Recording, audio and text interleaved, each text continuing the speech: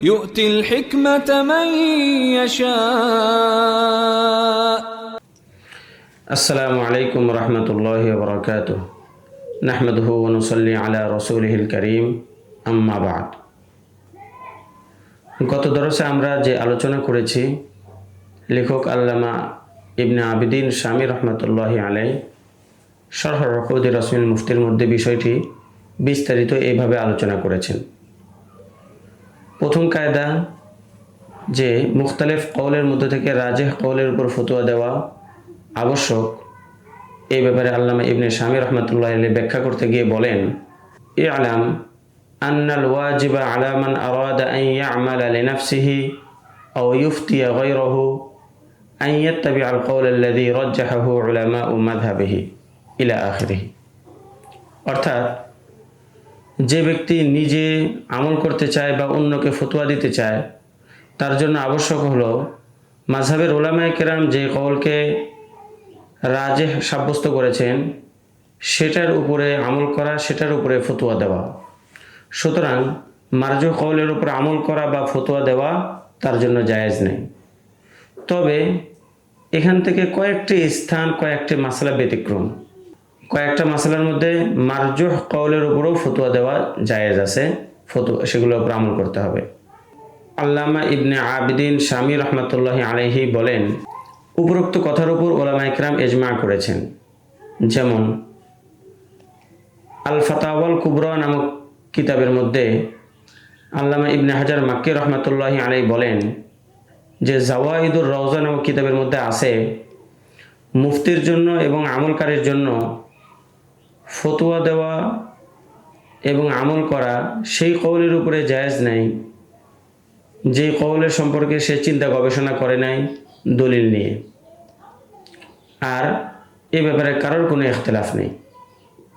2 নম্বর তিনি বলেন যে এই ব্যাপারে আল্লামা ইবনে সালাহ, আল্লামা বাজি মালিকি রহমাতুল্লাহি আলাইহি তারাও ইজমা বর্ণনা করেছেন।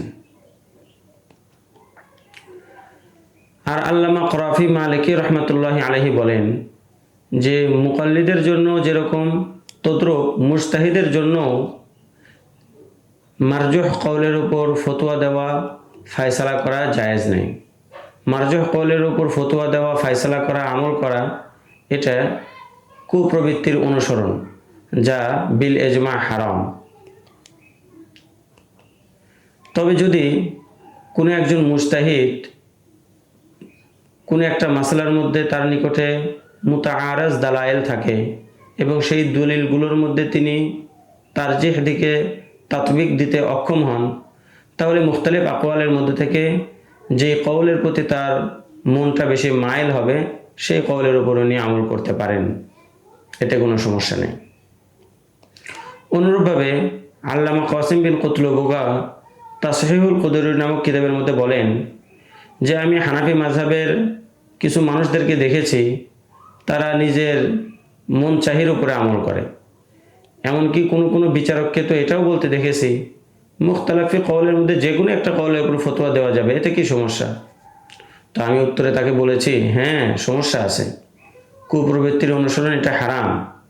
আর রাজে কওলের বিপরীতে মারজুহ কওল এটা আদমের পর্যায়ে, এটা না থাকার মতো, অর্থাৎ মারজুহ কওলের উপর আমল করা জায়েজ নেই।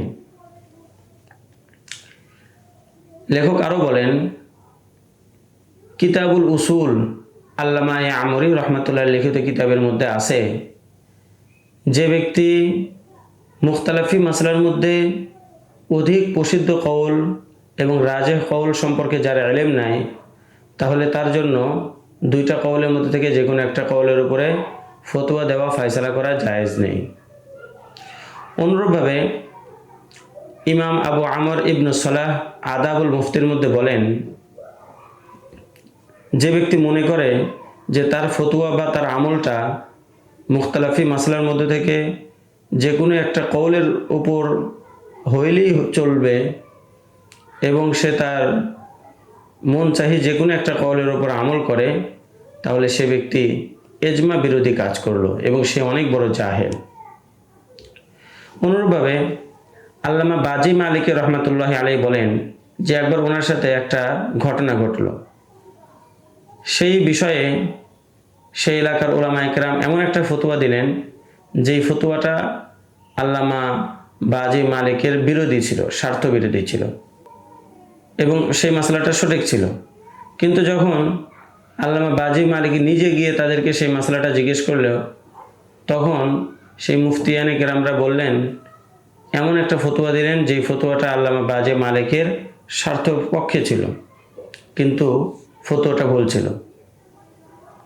তো আল্লামা বাজি মালিকি রহমতুল্লাহ আলাইহি বলেন যে এটা একদম ইজমাই বিষয় যে এরকম কাজ করা জায়েজ নেই। কারোর স্বার্থের দিকে লক্ষ্য করে মাসলার মধ্যে পরিবর্তন করা, মারজুহ কওলের উপর ফতোয়া দেওয়া জায়েজ নাই। আর এই হুকুমের মধ্যে মুকাল্লিদ, মুজতাহিদ, মুফতি, হাকিম সবাই সমান। এখানে প্রাসঙ্গিকভাবে একটি আলোচনা আসতে পারে, সেটা হলো মুফতি আর হাকিমের মধ্যে পার্থক্য কি।